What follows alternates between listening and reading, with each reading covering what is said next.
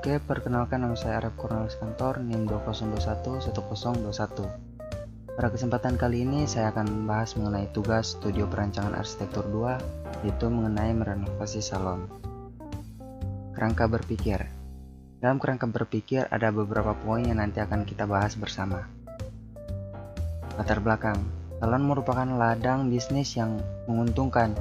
Mereka menganggap makin ke depan bisnis salon dan kecantikan semakin maju. Karena sekarang ini salon sudah menjadi kebutuhan pokok yang harus dipenuhi sebagai tempat perawatan dan kecantikan tubuh. Usaha jasa salon merupakan bisnis yang dapat dijadikan bisnis jangka panjang, dikarenakan kebutuhan fisik untuk seorang wanita dibutuhkan. Bahkan seorang pria pada beberapa tahun ini sudah mulai menunjukkan kebutuhan tentang diri mereka. Untuk membuat salon yang nyaman, elegan, dan ramai dikunjungi banyak orang, diperlukan beberapa poin yang perlu diperhatikan dalam membangun atau mendesain sebuah salon, yaitu harus memiliki target yang pasti dan jelas, serta memiliki konsep yang menarik dan dapat menarik minat para calon pelanggan. Dari latar belakang tadi, ada beberapa poin yang kita ambil di sini untuk dijadikan identifikasi masalah. Yang pertama, memiliki target yang pasti dan jelas, memiliki konsep yang menarik dan menarik minat para calon pelanggan. Ada juga rumusan masalah, yaitu bagaimana memilih target yang pasti dan jelas, bagaimana memilih konsep yang menarik, bagaimana agar dapat menarik minat para calon pelanggan.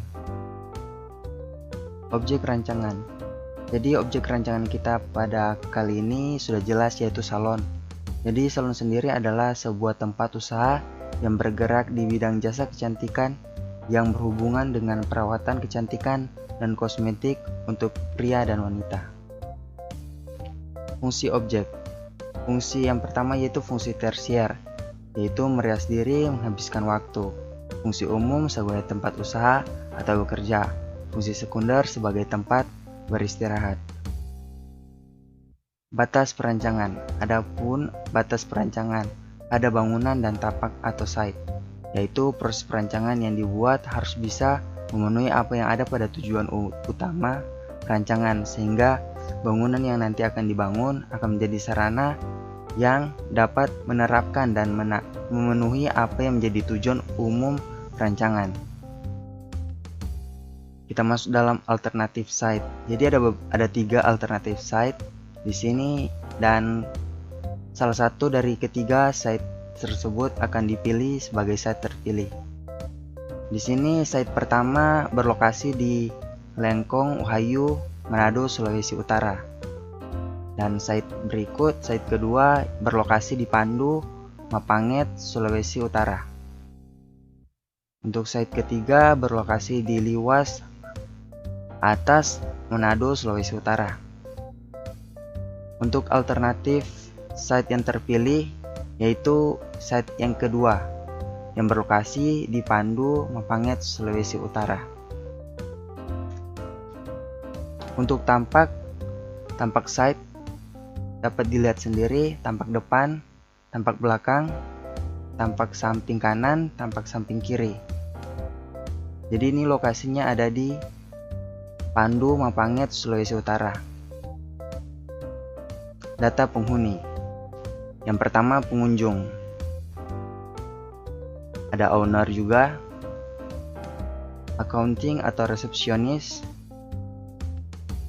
karyawan, office boy atau cleaning service, penata rambut atau stylist, terapis atau tukang pijit. Aktivitas penghuni. Jadi akan kita bahas satu-satu. Pertama, pengunjung. Jadi aktivitas pengunjung yaitu yang pertama, reservasi perawatan dan tempat. Terus melakukan konsultasi mengenai info perawatan. Setelah itu menikmati perawatan dan melakukan pembayaran. Kemudian owner atau manager. Aktivitas yang biasa dilakukan oleh owner yaitu survei kegiatan yang ada di salon, terus mendata, koordinasi tugas masing-masing karyawan, terus briefing dengan karyawan. Ada juga accounting atau resepsionis. Yang pertama konfirmasi janji, kemudian menerima order, pendataan pelanggan, memberikan konsultasi perawatan, kemudian menerima transaksi pembayaran. Kemudian ada karyawan, office boy atau cleaning service. Tugas dari office boy atau cleaning service yaitu membersihkan area lingkungan, membersihkan ruang treatment atau area salon setelah dipakai. Kemudian terapis. Yang pertama, konsultasi perawatan dan menjelaskan tahap perawatan. Kemudian bisa melakukan memberikan perawatan seperti memberikan perawatan tangan dan kaki, memijat badan, waxing, dan juga memijat atau facial muka. Terus stylist. Aktivitas stylist yaitu mencuci rambut, membersihkan melakukan perawatan muka, dan melakukan perawatan rambut, terus memberikan konsultasi, terus menata rambut.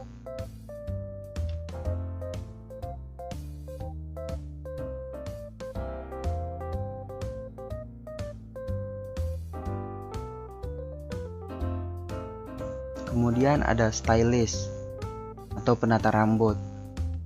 Memiliki aktivitas yang pertama mencuci rambut, memberikan perawatan rambut, menata rambut, dan memberikan konsultasi mengenai kesehatan rambut. Kita masuk dalam kebutuhan ruang. Ruang yang pertama yaitu office. Dalam office biasa dilakukan pendataan, koordinasi tugas masing-masing karyawan yang dilakukan oleh manajer, terus briefing dengan karyawan. Terus ruangan kedua yaitu lobby. Biasa digunakan untuk menunggu atau menerima order, konfirmasi janji, pendataan pelanggan, memberikan konsultasi perawatan, menerima transaksi pembayaran. Terus ruang spa atau facial room. Di sana ada kegiatan menjelaskan tahap perawatan, memberikan perawatan tangan dan kaki, memijat badan, waxing, juga memijat atau facial muka. Terus ada juga ruang salon. Di dalam ruang salon ada kegiatan memberikan perawatan rambut, manicure atau pedicure. Ada juga bedroom atau toilet, yaitu digunakan untuk mandi, BAB atau BAK. Terus ada gudang yang digunakan untuk menaruh barang rusak atau alat pembersih. Besaran ruang. Ruang yang pertama yaitu lobby. Dalam lobby ada beberapa benda seperti sofa, meja resepsionis, cafe bar, dan kursi. Terus ada ruang salon. Di dalam ruang salon juga ada meja rias, cermin, kursi salon, dan kursi cuci rambut. Terus ruang medicure atau pedicure. Ada meja, kursi medicure, kursi pedicure, peralatan salon. Terus office atau kantor. Ada kursi dan meja. Biasanya pada umumnya ada itu. Terus ada toilet atau ruang ganti. Ada toilet, shower, dan bak. Terus ada gudang. Dalam gudang ada rak atau lemari yang biasa digunakan untuk mengisi barang-barang bekas atau untuk menyimpan benda-benda. Terus ada salon dispensary. Terus ruang spa single. Ada ranjang, meja, lemari, facial bed. Kemudian ada ruang spa couple, yaitu dalamnya ada ranjang, lemari, dan meja. Kita masuk dalam hubungan antar ruang. Jadi zona publik merupakan tempat interaksi antara penghuni, owner, karyawan, atau resepsionis dengan pengunjung untuk melakukan transaksi. Zona semi publik merupakan tempat interaksi atau melakukan pelayanan jasa antara penghuni, owner atau karyawan kepada pelanggan. Zona privat merupakan ruang yang memenuhi privasi penghuni serta melakukan kegiatan privasi. Terus zona service merupakan ruang yang dibuat untuk melayani ruang-ruang lainnya. Di sini ada hubungan ruang dalam bentuk bubble dengan keterangan yang warna biru, yang garis warna biru berarti dekat, garis warna merah berarti agak dekat, dan garis warna oranye berarti jauh. Terus ada bentuk oval warna hijau itu publik, terus oval warna biru semi publik, dan warna merah privat, dan warna oranye adalah service. Data lokasi. Jadi lokasi site kita berada pada Provinsi Sulawesi Utara, Kecamatan Mapanget, Kelurahan Pandu, dan terletak pada sebelah kiri jalan. Data iklim. Dalam data iklim ada 3 data yang akan kita bahas, yaitu data iklim curah hujan, data iklim angin, dan data iklim matahari. Berikut adalah data curah hujan. Data iklim angin. Keterangan panah warna biru adalah kecepatan angin rendah, dan yang warna orange adalah kecepatan angin sedang. Data iklim matahari. Jadi zona iklim panas ketinggian 700 sampai 1500 meter suhu rata-rata tahunan antara 15 sampai 22 derajat Celcius. Data kebisingan. Untuk lingkungan kegiatan pemukiman tingkatannya adalah 55, jadi tingkat kebisingannya adalah 55. Terus fasilitas umum yang ada di seputaran site sekitaran 60, terus kendaraan 85. Dan data sirkulasi berjalan kaki, trotoar itu lebarnya sekitaran 1 meter, terus tapak kurang lebih ada 2 meter. Terus sirkulasi untuk kendaraan beroda 2, jalan raya 4 meter, terus kendaraan beroda 4 sama juga jalan raya lebar 4 meter. Kita masuk dalam analisis. Di sini luas lahan yaitu 15 dikali 12 untuk luas lahan. Terus GSB-nya 3 meter, KDB-nya 80%, terus KLD 1,6.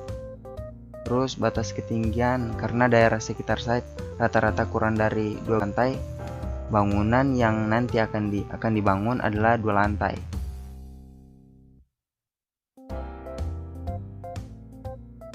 Terus kontur atau topografi. Dari daerah yang ditandai dengan panah ini yaitu daerah dengan kemiringan 2-3%. Itu berada pada seputaran site. Terus vegetasi. Dalam vegetasi dalam ada pohon karet, pohon mangga, tanaman menjalar, terus rumput jarum. Vegetasi di dalam dan sekitar site ada pohon karet, tanaman menjalar, rumput jarum, pohon pisang, pohon kelapa. Analisis kebisingan. Jadi bisa kita lihat sendiri di layar. Terus ada juga analisis sirkulasi.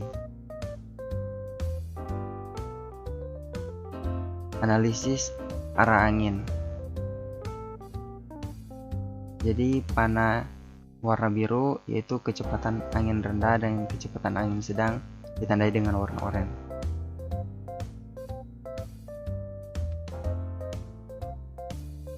Ini analisis pencahayaan dan pembayangan.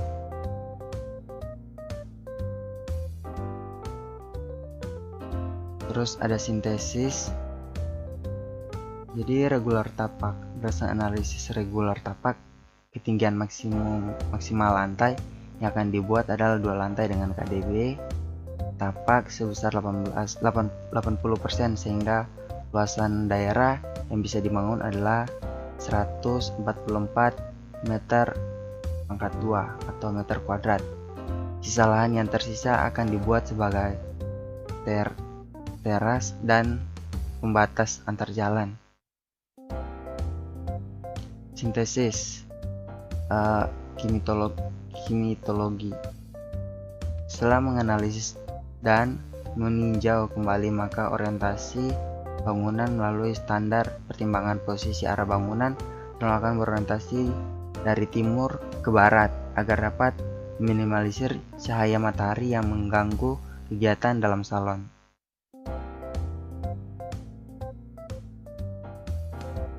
Terus ada juga sintesis vegetasi. Terus sintesis kebisingan. Jadi untuk mengatasi kebisingan yang ada di sekitaran site, maka akan ditambah vegetasi penghambat bunyi serta memasang pagar dinding untuk meminimalisir masuknya bunyi bising yang mengganggu. Terus sirkulasi. Pada tapak perancangan terdapat satu akses jalan masuk dan keluar tapak. Posisi jalan masuk sesuai dengan pertimbangan tempat parkir dan sesuai dengan standar yang direkomendasikan. Jadi bisa kita lihat sendiri pada layar. Jadi entrance,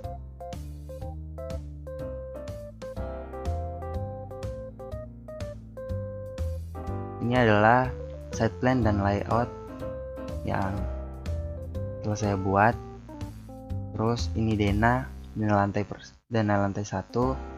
dan lantai 2. Terus tampak, jadi ini tampak depan, tampak belakang, tampak samping kiri, tampak samping kanan. Terus ada potongan, jadi potongan AA yaitu ini, dan berikut adalah potongan BB. Sekian dari saya, terima kasih.